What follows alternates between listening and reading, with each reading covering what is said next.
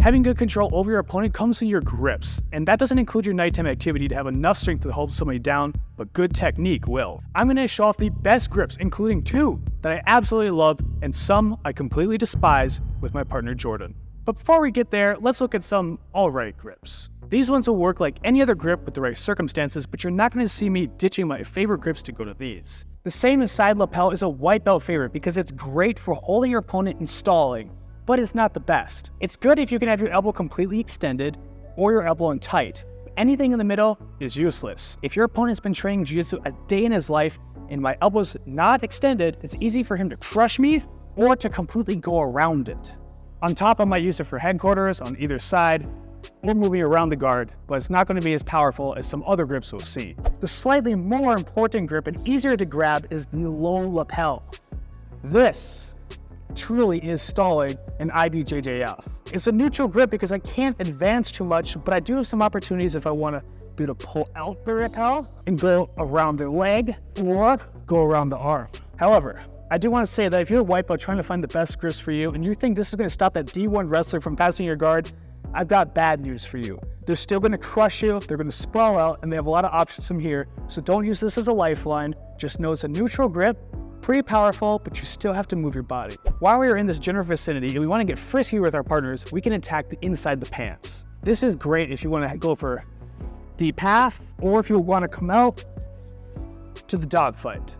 But it has more uses on top. If I can get close to my opponent's hips, grab inside the pants, it's easy to jack the hips up to pass guard or take the back and start working on chokes and other positions. But if we're already attacking their waist, we can't forget we might want to attack their knees. Try and find the handicap guy so they can't use their legs with full control, and this will have that much more power. When I'm on top and I want to be shifting my opponent's guard around, grabbing the knees is an easy grip to have, and it offers great control for knee entries, or if I want to work towards headquarters, or just pulling the legs down. However, I can't find this same grip all the time when I'm on bottom.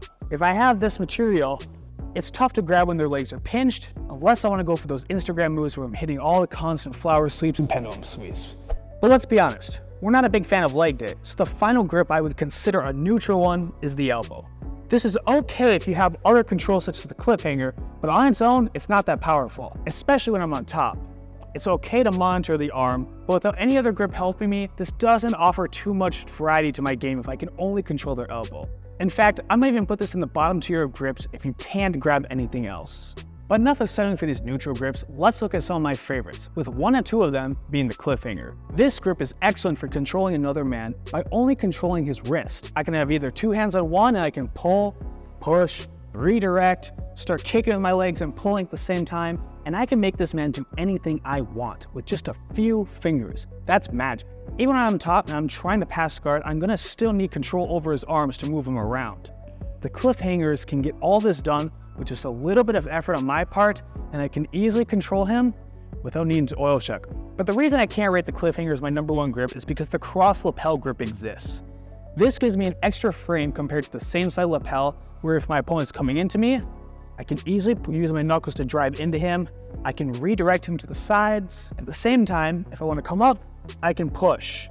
And I don't have the same requirement as the same side lapel where my elbow needs to be extended or all the way tucked. Even if it's the halfway point, I still have a lot of power here because I'm cutting him off at the chest. This is my S tier grip I recommend that everybody gets good at. And while I don't use this next grip myself, I can't deny its power. It's controlling the belt, especially by the knot. My old coach used to abuse men just by holding onto this and they could never escape, me included. Anytime he grabbed this, I knew I was in for a hell of a round. If you have the strength of a farmer, you can easily grip your hand down and there's no way he's gonna move his belt anywhere that I won't be able to control him. I can use this if I wanna go towards deep half. I can use this if I wanna elbow pummel to dogfight. And when I'm trying to pass guard with either knee slices or headquarters, I have the same grip to keep his waist down for if he tries to come into me. I can easily drive him over just with this belt. It's a magical grip even if I don't use it. And the last 2 overpowered grips are when you have either an underhook and you can grab the back of the lapel, or an overhook and grab your own lapel. This gives me complete domination over his shoulder.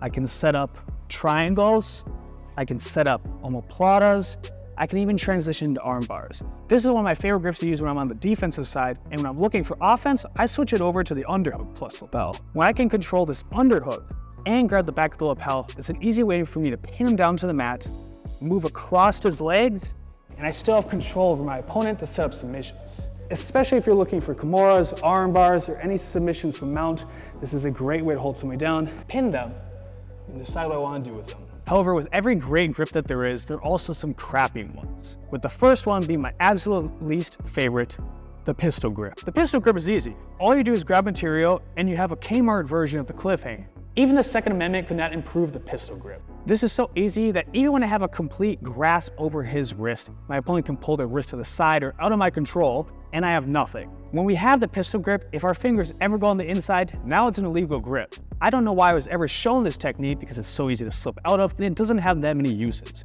And the other grip I'll never recommend is the thigh. Unless you're really trying to flirt with your partner, there's no need for me to grab their thigh, plus the material is so tough to grab if their leg is ever extended that I have half an inch to work with. You may get lucky and you can grab something because their pants are 3 sizes too big for them, but if somebody has decent fitting pants and they kick straight, I've lost everything.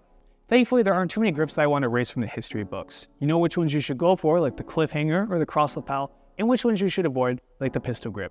Make sure you don't make these mistakes and your jiu-jitsu will improve a lot.